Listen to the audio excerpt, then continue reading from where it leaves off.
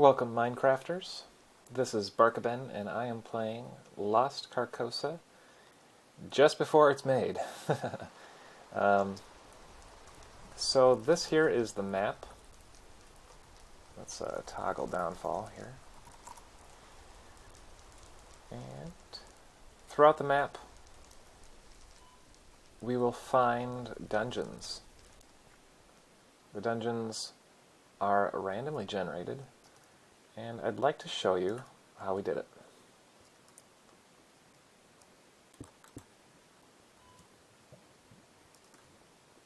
So let's get out of here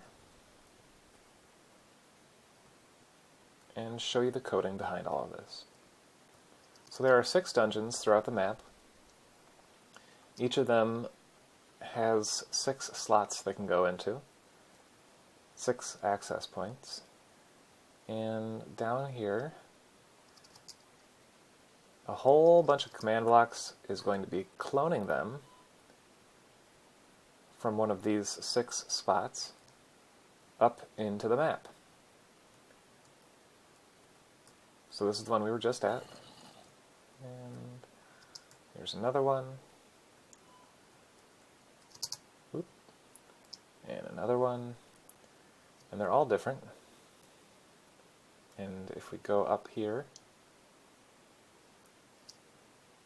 into the command center,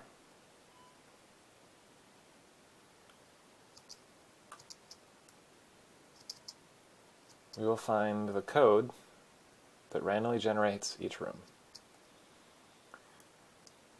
Against this wall, each of these represents one room. Each color represents one room. One dungeon, that is. And in order to get each room to randomly place into a different slot each time, we have a 1 of 3-bit randomizer that randomly selects 1 of 3 by placing different items into a hopper, which gives out a certain output signal. You can find all this information on YouTube. The channel is listed below. And you can also find information on how to build it, Scissors tutorials. And so what happens is it randomly selects 1 of 6 rooms, well, 1 of 6 slots for room A to place into, and then places a cloning block over here, a command block with a command in it that says to clone 1 of the rooms from below us into the map above us. So if we give it a go, we can watch it work. It's not the fastest machine ever built, but it is pretty quick. Usually takes about 30 seconds to complete, depending on how random the randomizer is. If it's overtly random, it'll often choose to try and place a command block in the same spot as one of the previous rooms has already been placed. And when that happens, it tries and tries again until it succeeds.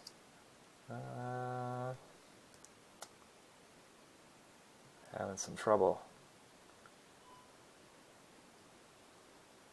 Oh, there it went.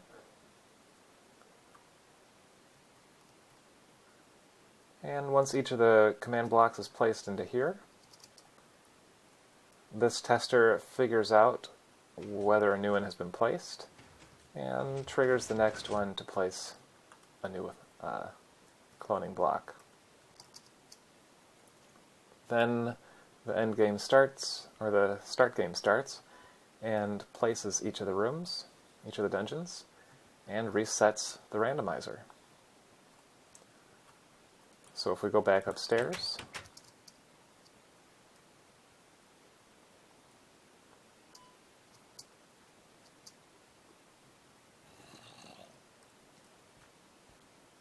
and we find a dungeon,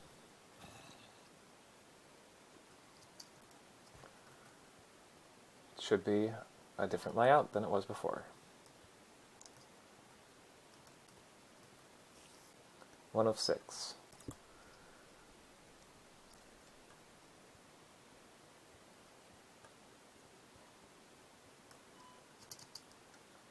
So, let me show you a few more details. So once the first room is selected, the second room starts running. And in order for the second room to place without choosing the first same room, I used a simple trick where the output of a command block turns on or doesn't turn on if the block has been placed. And since this code tells it to keep anything that isn't air, it won't have an output if the previous room was placed in the same room spot that was selected from room 2. So when it's not selected, like this one, the power is able to run through here. It tells it to try and place a block. If it cannot, this will not turn on, which will not push this piston out, which will allow the signal to travel up through here, replace the redstone block that was back here with air, and then set it back to redstone block, starting the cycle over again. And it will continue doing that until it randomly selects the correct one that does not have a block placed over here already. And if there's no block placed over there, this machine will not run.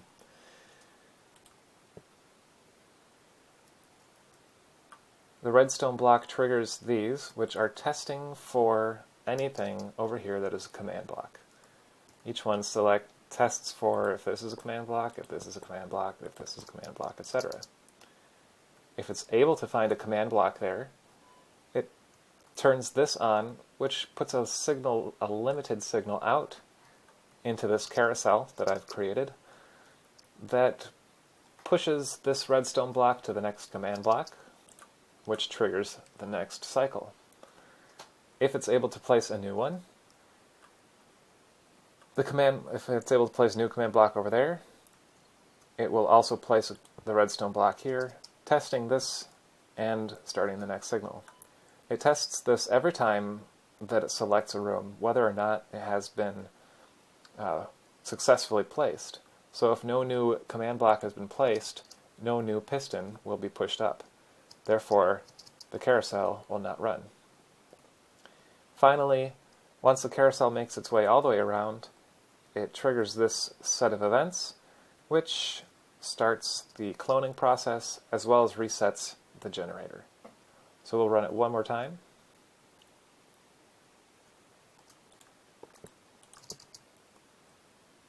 And we'll watch it run.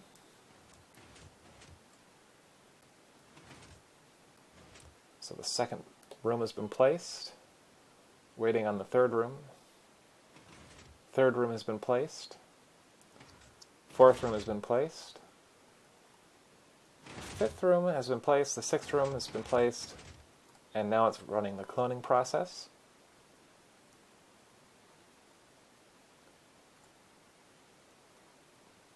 Three rooms have been cloned.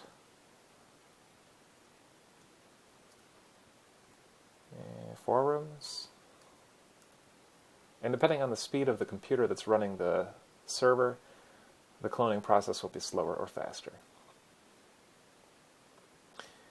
Now I just want to take one more look over here. This is the 6th dungeon, 6th room. And this guy is just a little bit different from the others because it doesn't need to be random. There's only one slot open, and it doesn't have to randomly place place the 6th room into one of the 6 slots. It just has to place it into the last open one. So what these do is it tests for air in each of those command blocks, and if it finds air, it'll place a cloning block. If it doesn't find air, it's not going to place anything. And that is it. So let's go ahead and take another look at the rooms and see if they're randomly placed. So this one was brown before, I believe, and now it's blue. Good sign. So I'm going to go up into this room, cheating ways, and yes.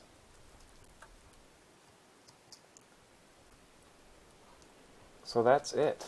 That is how I made random rooms for Lost Carcosa. The game has a lot left to be coded. I've got to put all the monsters in, I've got to put all the traps in, and of course, I have to make a boss. And the boss is going to be fantastic, I hope. Working on something different than just fighting a single monster. It should be something more puzzle-oriented, I should say. Alright, thanks for watching. Signing out.